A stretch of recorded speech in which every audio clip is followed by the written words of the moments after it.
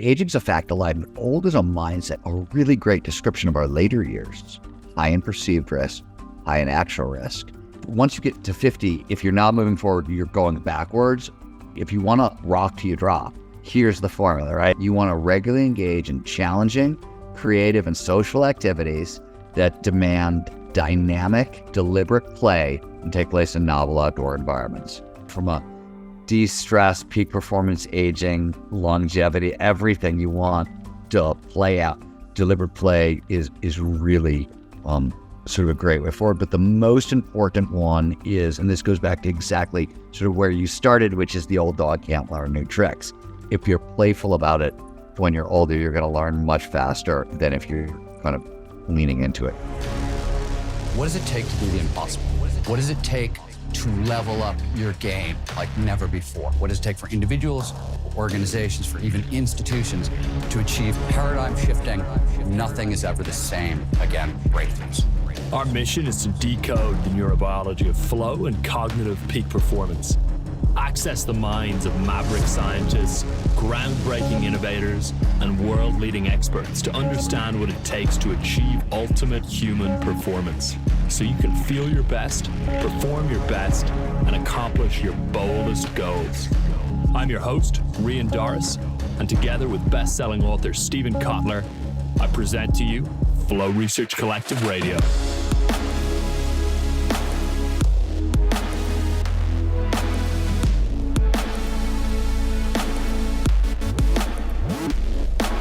All right, welcome to this edition of Collective Insights podcast. I'm Dr. Dan Stickler. I'll be your host for this episode. And I have the honor of having Stephen Kotler on again. He's a New York Times best-selling author, award-winning journalist, and executive director of the Flow Research Collective. He's one of the world's leading experts on high performance. And I can tell you, I've referenced his stuff many a times in optimizing the high performers that come into my medical practice. Stephen, welcome back to the show. Great to be with you, Daniel. Well, exciting news is you have a new book out. And it's got an interesting title. And the title actually threw me off because I did not expect to find what I found in it. But the title is Gnar Country, Gnar Country. Can you kind of give us some idea? Give you some context. Yeah. The book is about peak performance aging. So let's start there. The book is also about action sports a little bit, and we can explain all this as we go along. But in action sports slang, Gnar is short for gnarly. And action sports slang is extremely colorful, but because the athletes are performing in sort of life or death circumstances, it's also extremely precise. So very colorful words have very precise meanings. And Gnar or gnarly is defined as any environment that is high in perceived risk and high in actual risk. Country, the second half of my title, is any landscape, terrain, fictitious or real. So Gnar Country, it turns out, is, I think, a really great description of our later years, high in perceived risk, high in actual risk. And as it turns out, when you get under the hood of peak performance aging and sort of like look at what's gone on over the past 20 years in the fields that come together to bring it, a really sort of great description of the gritty mindset it takes to thrive in the second half of our lives. So that's where the title comes from. Excellent. Yeah, in reading through the book, I loved it because, that's my area is longevity and age rejuvenation. But, you dispel the common myth, and we hear this a lot, is, after a certain age, it's just a downhill slide. You're not going to be able to change or be able to improve upon where you are. And that's just a myth that the book helps to dispel. So this is sort of the action sports component, I guess.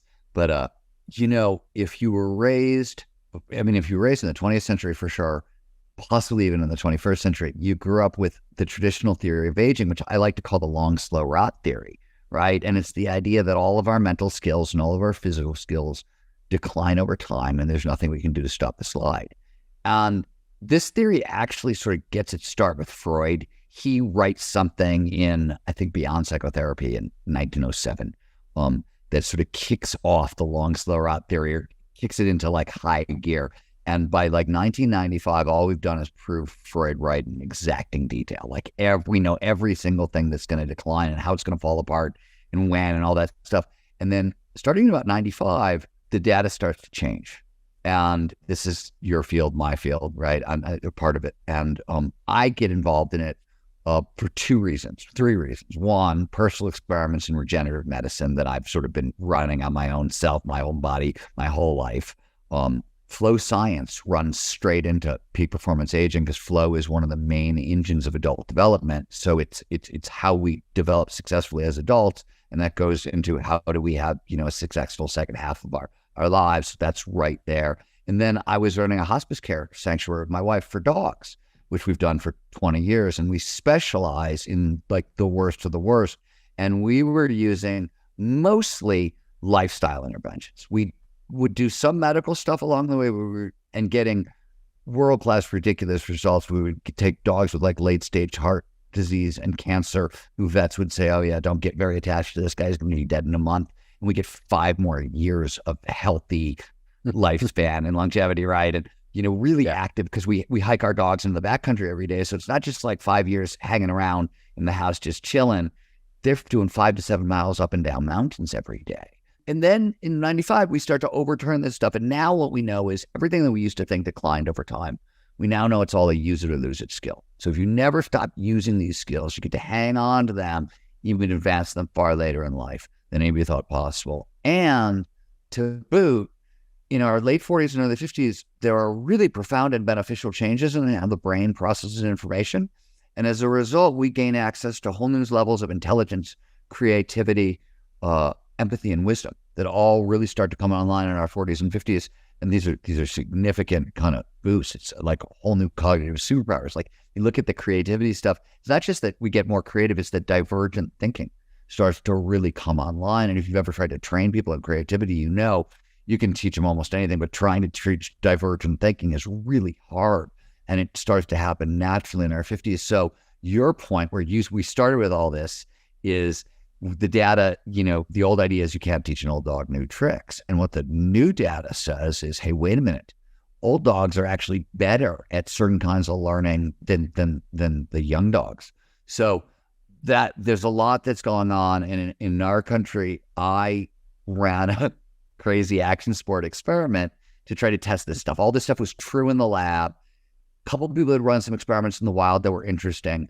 And I wanted to take it all together and blend it actually into a learning theory and try to learn something that is, I tried to learn park skiing in my 50s. And that's sort of the story told in the book.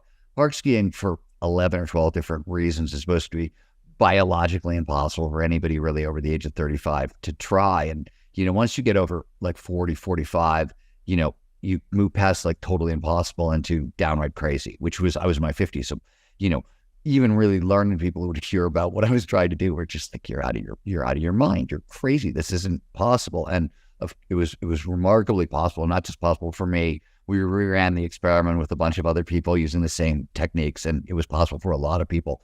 Which is, I think, the wildest experiment in peak performance aging anybody's ever run. And that's the story told in our country. Yeah. And that's the story I hear every day from people. The interesting thing is, I'm 57 now, and, after the age of 50 was when the wisdom really kicked in, and I noticed the changes in those parameters you're talking about with the empathy and the divergent thinking and all of this. They really came on with that, but I've also been actively utilizing tools to create that through lifestyle and other aspects. So, your quote of "if you're not moving forward, you're sliding backward" is absolutely true in the aging population. See that all the time. I think it's true in the aging population, and if you kind of like peel back, so one, this too, peak performance aging starts young. Right? There's literally stuff you want to do in your 20s, in your 30s, in your 40s, your 50s. And this is also true on the psychological side, right? In adult development, we know there are moderators, if-then conditions at each sort of decade. There's a threshold. There's a big question you have to solve, right? To sort of progress on. And you sort of reference that. But it's I think you see it in the aging population, but you also, one of the things, old is a mindset, right? Aging's a fact of life, but old is a mindset. And it's a mindset for neurobiological reasons that can set up very, very young, very, very young, late 20s, early 30s. And so the decline can get kicked off fast. So you are right. Once you get 50 to 50, if you're not moving forward, you're going backwards. But that doesn't say, because I'll give you a simple example. So we know that if you really want to thrive in your 40s and 50s, by age 30, you have to have solved the crisis of identity. You got to know who you are in the world, right? And by 40, you have to solve the crisis of match fit, meaning you have to have a tight fit between who you are, your identity, and what you do with most of your time, right? And you have to live with passion, purpose, and flow. And we know all this stuff, but people don't realize that if you don't solve identity by 30, if you don't know who you are in the world, you can't solve match fit at 40, and everything goes sideways from that point on. So psychologically, there are certain thresholds that if you're not actually checking this box in time, you're really going to slow down your progress or retard it completely. Mm-hmm. Yeah, we've noticed that. We did a look back at the last 20 years of the high performers that we've worked with, and what were the 5 criteria that we saw that they really came for. And first and foremost for them was the physical aspect of it, but then second was really what we call the mind or mindset, and you talk a lot about this in your book. The mindset, we found that people who possess deficiency mindsets in anything, like from finances to purpose to anything like that, they had a deficiency. They were not progressing forward. And then we had a sense of purpose. We had peak experiences and states of awe, and finally love. I mean, those were the five criteria we found that over 20 years, high performers came here with deficiencies in these areas, one or more, and it makes a huge difference in how they age when they transcend that. Yeah, I completely agree. And this is one of the things I always point out to people.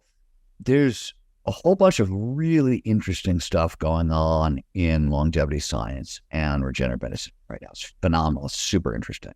I always tell people, like, what is real in regenerative medicine at this point is bones, tendons, and ligaments. Everything beyond that is still a gray area. And what's happening right now, I love the comments. People are like, oh, the exclusive medicine is medicine for the rich. And I'm like, you guys don't understand what's going on.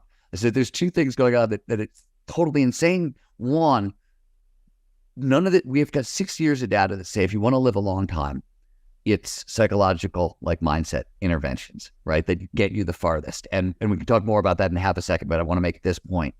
Everything that's going on at the cutting edge in regenerative medicine and longevity science, all that's happening is very wealthy people are running the greatest open source experiment in longevity science we've ever seen in the history of the world.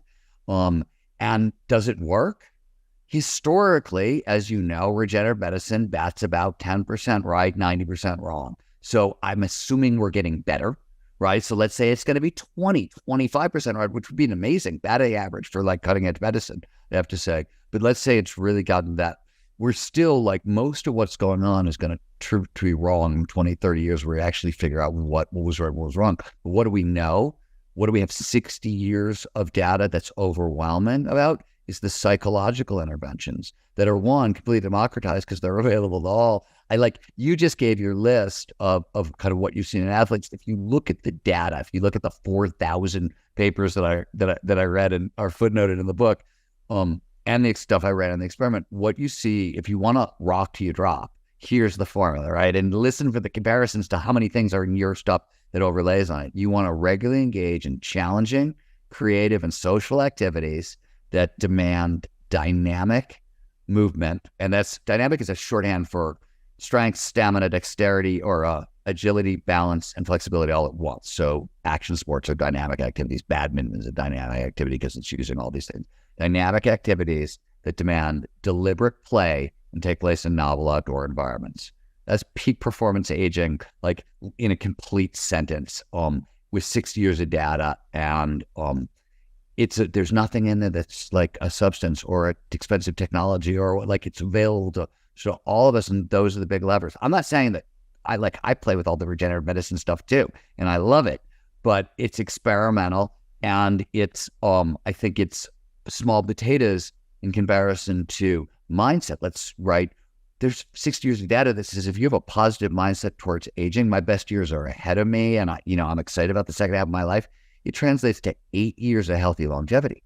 And if you have a negative mindset towards aging, and this is Becca Levy's research at Yale, or are exposed to ageism, right, the most common stereotype in the world, by the time you're age 60, you will exhibit 30% greater memory decline. Mm-hmm. So negative, mindset towards aging is literally killing us at like ridiculous. Not only is it taking 8 years off your life, it's crushing your memory long before, you're coming to the end. So this is one of the things, and I'm sure you've seen it in your work, I find so fascinating. We've spent the past 30 years really like looking at the mind-body connection, and every year it gets closer and closer and closer and closer. But when you get into peak performance aging and longevity science, it's like hand in glove. It's wild how tight it really gets, and how important it really gets. I was doing an interview for a short film about Brian Johnson, and the young guys that were interviewing me, they asked me the question. They said, what can we do when we don't have $2 million a year to spend on, this health and aging aspect? And I said, the thing that most people don't realize is about 10% of longevity is based on genetics.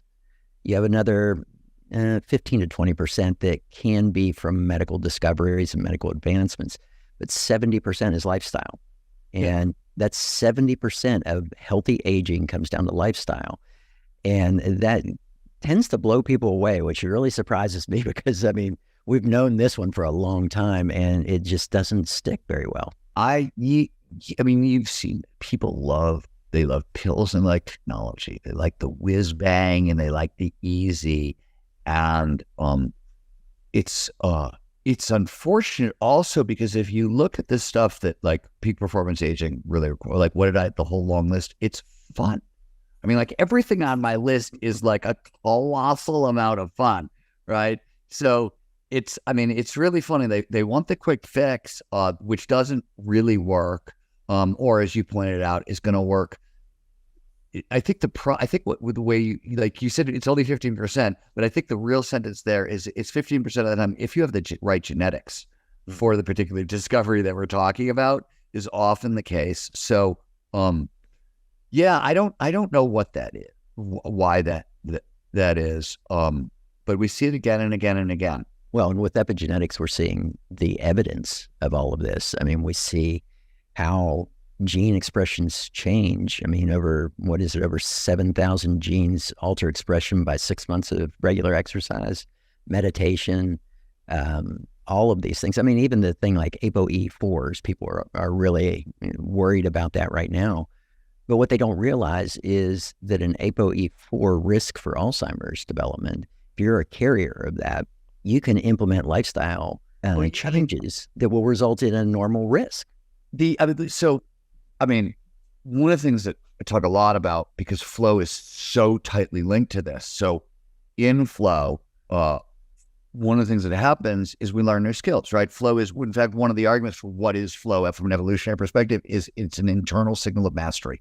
It's a way of your body letting you know you have mastered this skill. You know what you're doing, which confer. And that doesn't seem to be the only sort of evolutionary cause for flow, but it seems to be kind of like one of those spandrel benefits that has really worked in our favor. Though I could be wrong about my spandrel benefit classification completely. I'm guessing here on that one.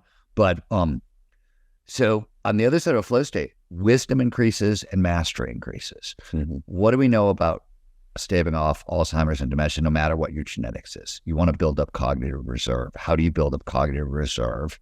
You build up cognitive reserve through expertise and wisdom, right? Because they're the most diffuse, redundant neural networks in the prefrontal cortex, which is the part of the brain most vulnerable to cognitive decline. So expertise and wisdom massively amplifies that. That's not a pill, first of all, right? Let's talk about the first thing about that. But expertise and wisdom in what? And this is where it gets hysterical. This is Jakob Stern, right? The godfather of cognitive reserve, who's at Columbia, does work on so-called leisure activities and discovers that for each additional leisure activity we learn, so you learn to play the drums, you teach yourself math, I'm learning to draw, you can take up park skiing, you should do whatever, you get an additional 8% protection against cognitive decline.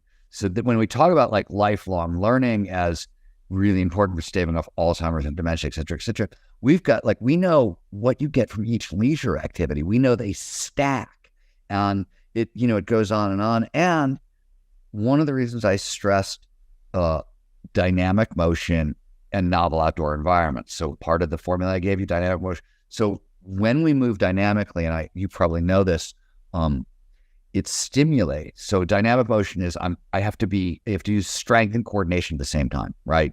For example, skiing or skateboarding or playing tennis for that matter in a lot of cases. It amplifies both angiogenesis and neurogenesis. So you're getting new blood vessels to support new neurons, and you're getting new neurons. Novel outdoor environments, where do most of those new neurons show up? Hippocampus. The hippocampus does map making and location. Also does long-term memory, but it is map making. It's location, grid cells, place cells. So if you really want to stimulate neurogenesis, angiogenesis, and protect the new neurons that you get, which is how we stave off cognitive decline, novel activities in outdoor environments is what the brain was designed to remember. And so you can boost all this, and everything we're talking about, as you pointed out, these are lifestyle interventions. But what are the longest lived communities in America? People think it's the blue zone, Loma Linda, California. It's not. It's Summit County, Pitkin County, and Eagle County, Colorado, where people live 10 years longer than every place else in America. That's home to Aspen, Vail, Beaver Creek's outdoor activity central and mecca, and you see it in how long people live and the quality of their lives. It's interesting. I just got back from a place called Mazama, Washington, which is up in the Cascades, and it's a small little town, and people of all ages there, and there are some very elderly people that were out on bikes climbing these mountains, and I was just amazed at how fit they were. And I'm sure that their longevity is probably pretty significant as well, because they cross-country ski in the winter and they bike and hike in the summer. It's just amazing to watch. So it's funny in Gnar Country, like early things in Gnar years ago. I want to go back to the late 90s. I remember having discussions with Laird Hamilton, the big wave surfer. And he was seeing things in the surf community that I would see in like the ski and snowboard community. We were having conversations about people performing at remarkably crazy high levels in their 60s and 70s. And this was long, and you sort of notice at action sports, you go to these towns, these action sport communities, as you pointed out, and you look at the age of participants, and ski mountains, you got a bunch of kids, and then you got a bunch of people who are over 60, 65. But I ski a lot at Palisades, Tahoe, with a community of mostly professional athletes, and including current Olympians and whatever. And invariably, the person at the front of the pack, like when there's a group of skiers or snowboarders together, is a guy named Tom Day. He's 67 years old. And there could be like 20-year-old Olympians in the back. He's the guy up front, and it's because nobody can catch him. And like, you know what I mean? You start noticing these things, and you're like, huh, those old stories about age, they can't like either this, I mean, I don't know. So this is one of the things that happened to me in my pursuit of peak performance aging. I don't know if you know this story, but 15 years ago, I was going to write a novel about a cat burglar, and I wanted the cat burglar to steal something cool. And I was like, oh, musical instruments, rare musical instruments. That's a cool thing to steal. And next question, what are the rarest musical instruments in history?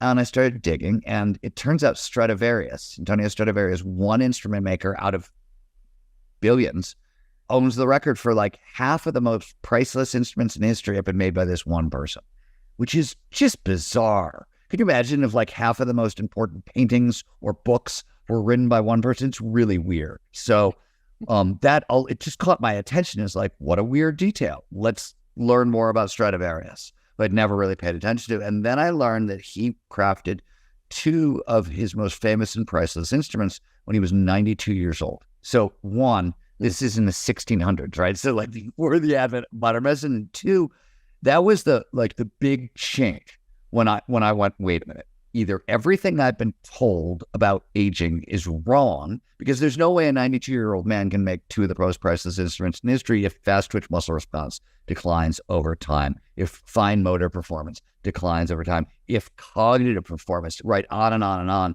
There's no way that can happen. And as a science guy, I don't believe in anomalies. I don't think, this guy is one in a gazillion. I think, no, this is Stradivarius. This is probably a whole swatch of the population, and our theory is probably wrong because it's not matching the data. And the data just didn't feel extraordinary. You know what I mean? There was no thing in Stradivarius' life about like longevity and health and like what he did to stay.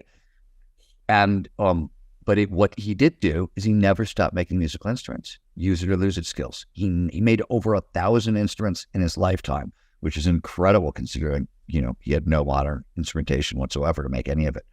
So long story, but that was where it started for me, was I was looking at these like weird cases of like, wait a minute, this either what I'm looking at is impossible and wrong, or our whole theory has to be wrong, which is turned out was the case. Yeah.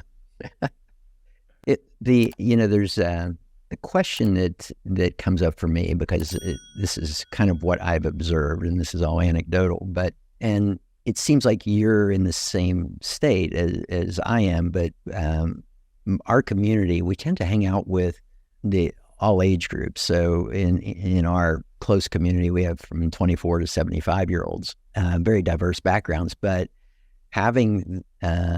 being around the younger people has made a huge difference, I think, for us as far as really feeling that more youthful, vital state in ourselves.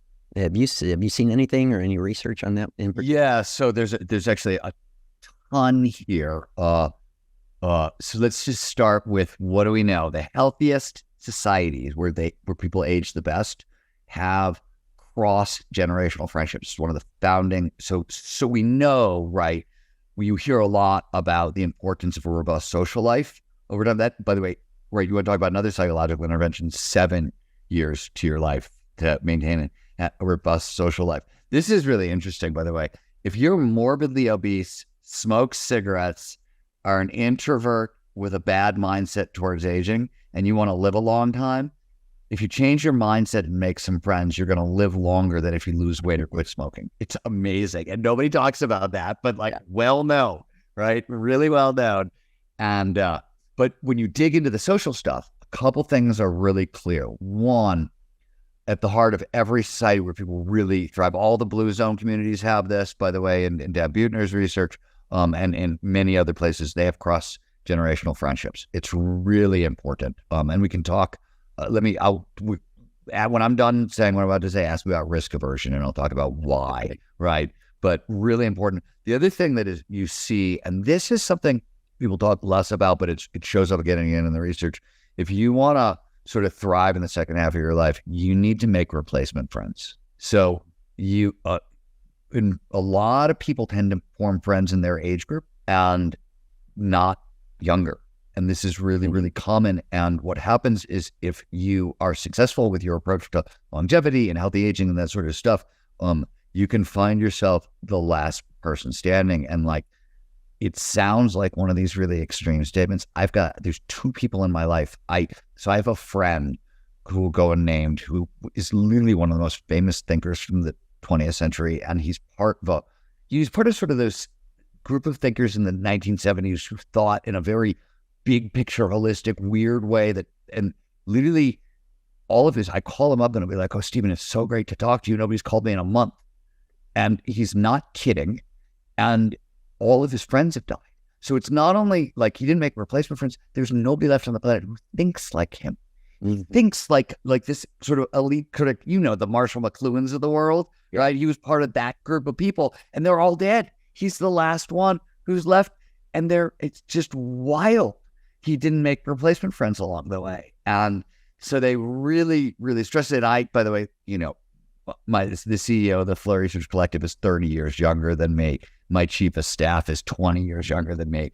I do this all the time. And one of the main reasons is, of course, risk aversion naturally increases over time. And if you want to thrive in the second half of your life, you have to fight against it. And one of the ways you have to fight against it is expose yourself to new ideas, new thinking, new activities, all this stuff. And you get that with younger folks as a general rule.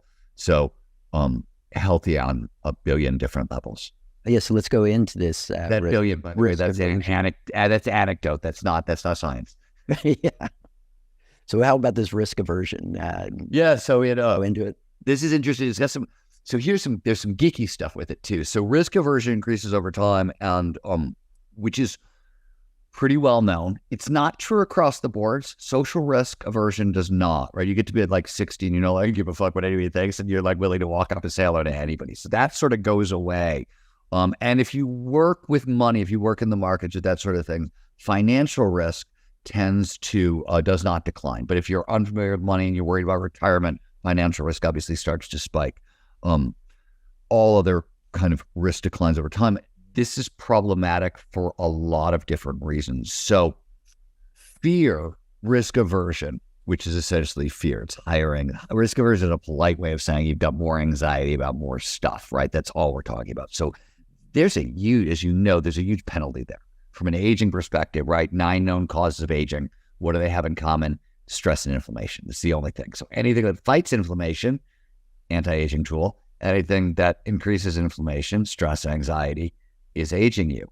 So there's another reason why walking in the woods is so good, right? Because it calms you down. And it's another reason that flow is so good for anti-aging, because it resets our nervous system and flushes stress hormones out of our system. But I'm sorry, you asked me a question and I got sidetracked. We were talking about risk. By a delicious tangent. Risk aversion, thank you. By a delicious tangent. So you want to, for anti-aging purposes, you want to fight this anxiety.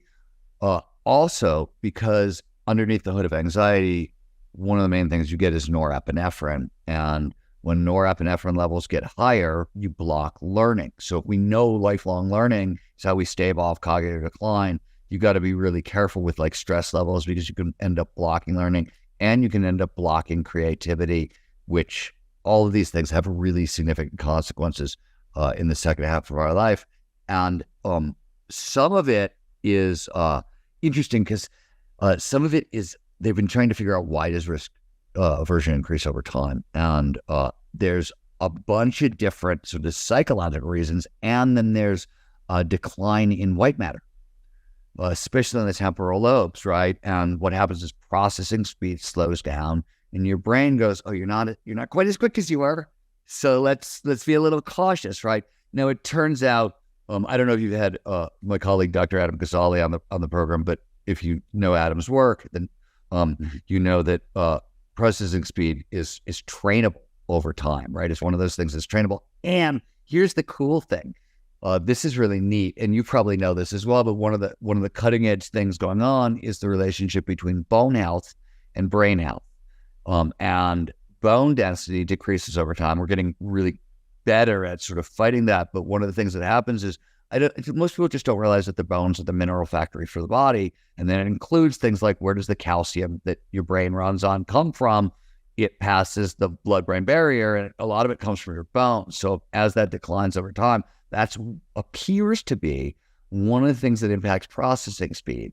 So this is what I like about peak performance aging is we're discovering that everything is trainable, but in weird ways. Like you can trade up processing speed by improving bone density, which is, right, that's not a sort of normal chain of causation, but it appears to be true. And I think that's kind of cool. But anyways, fighting that will seem to fight risk aversion. But, risk aversion is take risks, regularly. You just want to regularly take risks. This is, by the way, so since you have a geeky audience, we can go here. People, where does the mindset of old come from? Why do we get in this old mindset?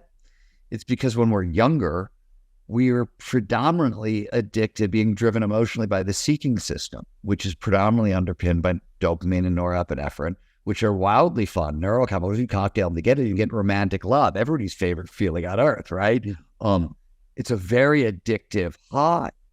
Then you get to be about 30 and you trade the seeking chemicals for a whole other set of chemicals, because once you start getting things you want to keep, where you're no longer seeking, now I've got the job, now I've got the right partner, the right spouse, the right house, the right apartment, the right career trajectory, all of it, you swap your addictions. You're no longer interested in norepinephrine and dopamine. Now you want serotonin and oxytocin and endorphins, these stabler, protect and conserve, rest and relax chemicals that help you hold on and keep, right, what you have. And this is good, right? This is why we raise our children and don't abandon our children. So it's a good thing. But what happens when you get to peak performance aging and risk aversion in the mindset, the proper mindset, you realize that you have to reboot your addiction to dopamine and norepinephrine. You actually need all 5 of these sort of neurochemicals and all 5 of these motivators in like the latter portion of our lives, really working together. And you're only going to get that dopamine, that norepinephrine from seeking behavior, right? From taking risks and going out in the world. And we know again and again and again, this is why the first thing I said about peak performance aging, you want to engage in challenging and creative activities, right? That starts with challenging, because if you're not starting, there's so many of the other things fall apart. And bonus, if risk aversion goes up too high, if norepinephrine goes up too high, it'll block flow. And flow is so foundational to peak performance aging that you're causing yourself even more pain. Yeah. And you mentioned something earlier. You talked about deliberate play. And in the book, you talk about the difference between deliberate play and deliberate practice. Can you kind of unpin that for sure. So one, deliberate practice is Anders Ericsson's idea about what does it take to get to mastery, expertise. And this was colloquial Malcolm Gladwell's 10,000 hours. It was 10,000 hours of deliberate practice that you need. Now that 10,000 hours turns out to be not an accurate figure, as we all mostly know at this point. By the way, deliberate practice is defined as repetition with incremental advancement. Do the same thing over and over again. Just do it a little bit harder, right? Push a little bit. And it turns out when it comes, so we talked about the importance of lifelong learning and skills mastery and all that stuff for peak performance aging. It turns out for learning, deliberate practice is very effective, but only, and Anders himself pointed this out, at very specific kinds of learning. If you're trying to get better at the violin or math or a couple other very specific subjects, music, certain kinds of music, classical music, deliberate practice works really, really well. But for most everything else, and we see this again and again and again, it's not the fastest path towards mastery. In fact, there have been a number of challenges to that. Anders himself mounted the first one. David Epstein, in his brilliant book Range, on the second one, in Rise of Superman, kind of lay out the fact that flow seems to cut the path to mastery in half. And that's what we're seeing in action sport athletes in the 1990s. And by the way, I knew before Anders passed away, I knew him. I got to meet him at the Santa Fe Institute a couple of times for a peak performance conference, and he agreed with me, about deliberate practice and these ideas. But anyways, what the data has shown is that if you're really interested in mastery and learning, deliberate play outperforms deliberate mastery most of the time. Deliberate play is repetition without repetition. It's repetition with improvisation. So do the same thing you did before and then improv on top of it. And what's the big deal? There's a couple of big deals here. One, the obvious psychological. It's playful, right? And so there's no shame. There's no embarrassment. There's less self-consciousness. So all these things that tend to block learning tend to go away. So that's huge. Two, deliberate practice. The most neurochemistry you're going to get if you do everything right, is a little bit of dopamine, because you've done the thing you did before and you've just taken it a little farther, and the goal-directed system is going to say, oh, let's reward this with dopamine. And that's good. That's going to help you cement it into long-term memory. It's better than no dopamine. But with deliberate play, you get dopamine, bigger hit of dopamine, and endorphins. So much better chance that this memory is going to get turned into long-term storage and going to become actual learning. So that's really key. The other thing I like to point out from a dopamine standpoint with deliberate practice, there's one right answer. I did the same thing with a little bit of improvement. Deliberate play There's one wrong answer.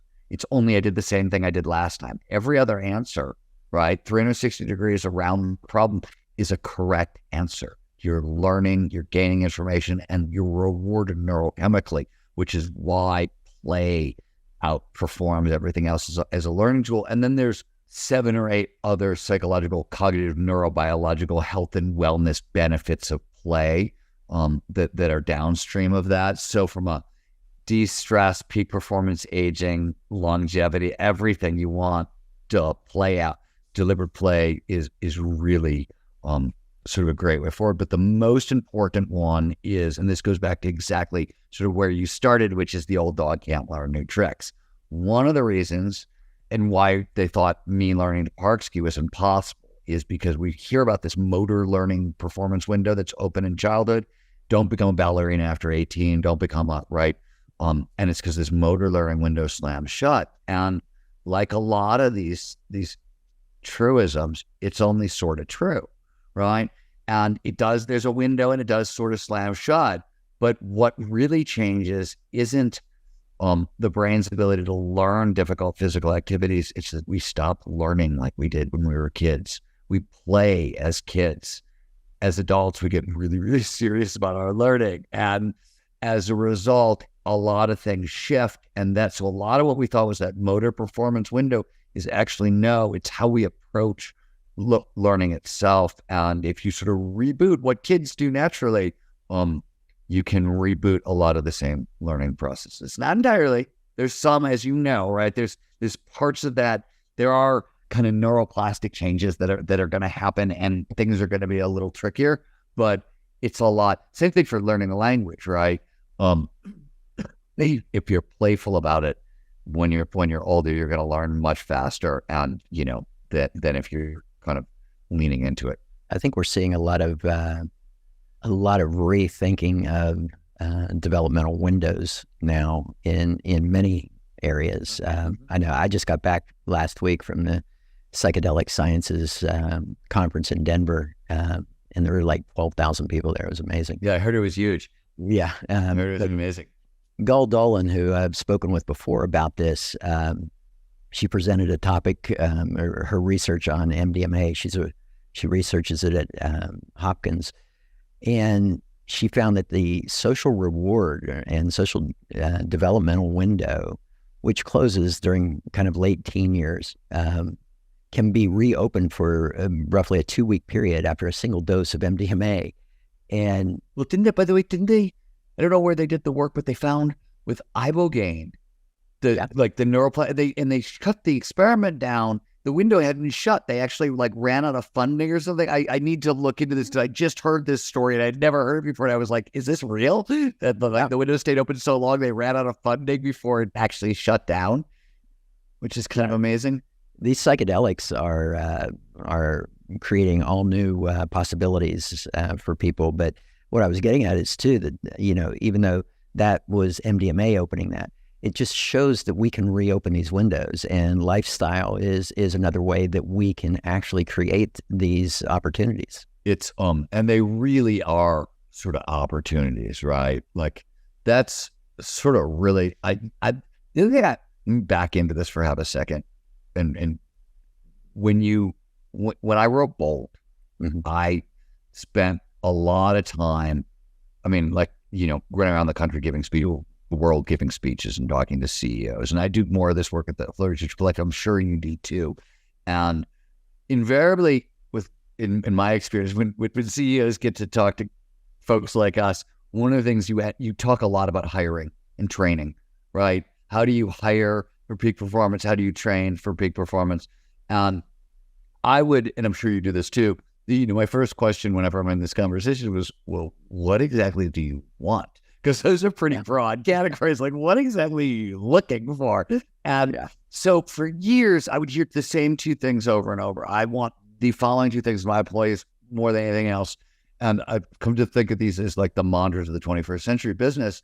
The first was I want creativity and innovation, because the rate of change is so damn fast that if I can't, this is this hard thing that we're not great at. And if we can't figure it out, we're clearly going to be out of business. And this was obviously, this is the lesson of Singularity University and exponential growth and, welcome to the world of AI, etc.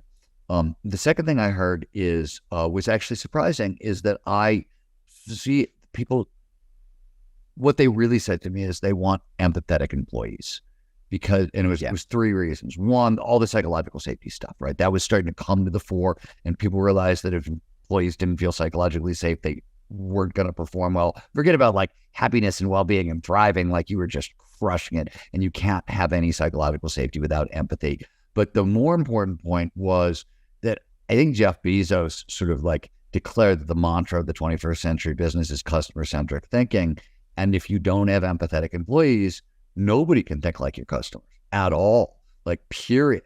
And obviously, you in today's with today's socio-political climate, this is also a mandatory.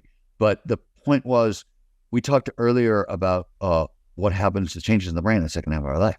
Like we get new intelligence, new creativity, new empathy, and new wisdom, right? And it's as you pointed out earlier, it's very profound. This means that the over 50 crowd, the very people who are like people are pushing out of their companies right now, these are like the dream employees of the 21st century. But there's a caveat there, right?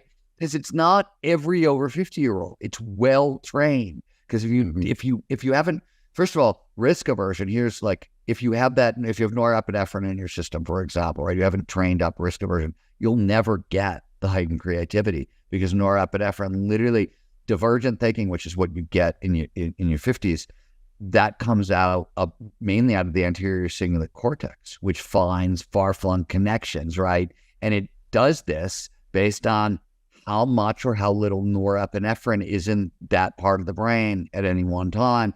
And the more norepinephrine there is, the more logical and linear you get, right? With the extreme example being fight or flight. But it's a spectrum of experience, and you can't that's like, so as an employee, you're blocking it. But the whole point I wanted to make here is, you were talking about like sort of counterintuitive. And this is the thing that sort of blows my mind, because I'm like, wow, there's a business revolution hiding inside of, longevity and peak performance aging. And like, we're seeing it, you and I are seeing it, just like we're seeing the athletes sort of do it. But it's starting to creep into the world, but it's one of these huge changes that's coming in the next 10 to 15 years. And it's super interesting. Yeah, I'm excited to see where it goes as the data starts coming in on this, for sure. On one area that I mentioned earlier that we've kind of seen, and I see the healthiest agers essentially, one of the aspects is that they experience peak experiences, states of awe or states of profound gratitude on an almost daily basis. And the ones that are really having a rough time with the aging process, they can't even remember their last state of awe. I mean, we've seen anything like this? So I've seen a bunch of stuff. So one, Csikszentmihalyi, before he died, I don't know if you know this, his last study was on flow proneness. He wanted to know, do we crave flow? Do we need flow until the end of our life? Yes. So we crave flow. We crave these altered states of consciousness until the very end of our life. Work that came out of, good God, this is Bob Keegan pointed this out, right? That the more peak experiences you have over time, kind of the better chance you have moving up the pyramid of adult development. But here's the big kicker, and it's nothing. It's as one, we see this with flow. So when you experience super positive emotions, and the two most powerful positive emotions we think are mastery and control, right? A sense of and it has to do. This is able to survive for survival reasons. As we add skills, we become more adaptive, we become safer. So these are the big highs for us from an evolutionary purpose. You get them in flow, right? Both those things. What people don't often realize, Barbara Friedrichsen did this work. A bunch of other people have done this work. I'm sure you know this. When you experience super positive emotions, so mastery, control, love, really deep love, a couple others, it amplifies T cell production and killer T cells. So the immune system's getting boosted. We've known this for a while, but natural killer cells, this is tumors and cytolytic cells. So like cancer, one of the leading killers on earth, and cytolytic cells, one of the 9 major causes of aging. And So regular access to peak experiences is flushing the stuff out of your system, resetting the nervous system is the other thing, right? You see this. I don't know if there's a nitric oxide flush in awe, which is what usually pushes the stress hormones out of your system with flow, or if there's another, how much awe resets the nervous system.